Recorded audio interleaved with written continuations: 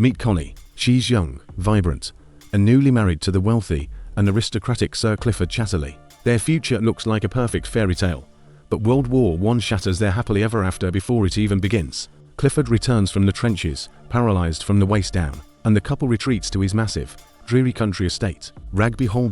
What starts as a life of quiet nobility quickly turns into a gilded cage for Connie. She's reduced from a passionate wife to a glorified nurse, trapped in a cold, silent house. But the suffocating rules of high society are about to be broken when she crosses paths with a man who lives entirely outside of them. As the months pass, Clifford becomes emotionally distant, obsessing over his coal mines and his family legacy rather than his wife's happiness. He views Connie not as a partner, but as a crucial piece of his aristocratic puzzle. In a shockingly cold conversation, Clifford suggests that Connie secretly take a lover from their own social class just so she can get pregnant and provide him with an acceptable heir. Connie is disgusted. She feels completely invisible, treated like a broodmare for the Chatterley name. Her vibrant spirit is dying in the massive, lonely mansion, and her health begins to fail under the weight of her isolation.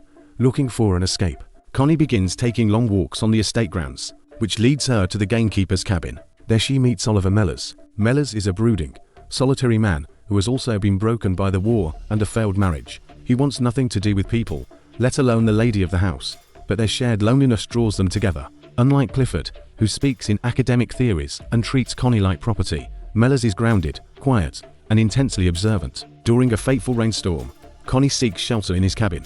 The physical tension between them finally snaps, and what begins as a moment of desperate comfort ignites into a deeply passionate affair.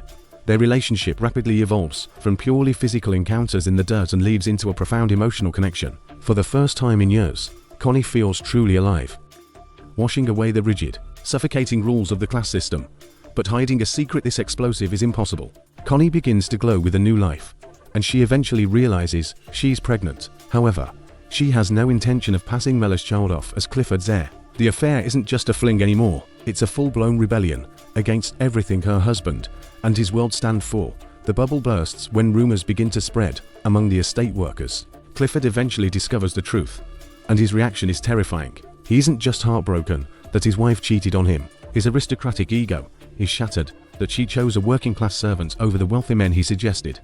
Clifford fires Mellors and attempts to trap Connie by refusing to grant her a divorce, thinking he can force her to submit to his authority. But Connie is no longer the timid girl who arrived at Ragby. She boldly stands her ground, admitting the affair to Clifford's face and telling him that she pities his cold, loveless existence. Connie packs her bags and walks away from her title, her wealth, and the massive estate, choosing the uncertainty of a life with nothing over the security of a life without love. Mellors has already left the grounds to find work elsewhere, leaving them separated, but hopeful. The movie ends months later. Connie is living a quiet, independent life when she receives a beautifully written letter from Mellors. He has found a farming job in the Scottish Highlands and is waiting for her. The final shot shows Connie arriving at the farm, dropping her bags, and running into Mellors' arms. She lost her fortune, but she finally found her freedom. And that's the end of Lady Chatterley's lover. Do you think Clifford was the ultimate villain, or was he just a product of a toxic society? And would you give up a billionaire's estate for true love in the woods? Let us know in the comments. Don't forget to like and subscribe for more deep dives into the most scandalous romances on film. See you next time.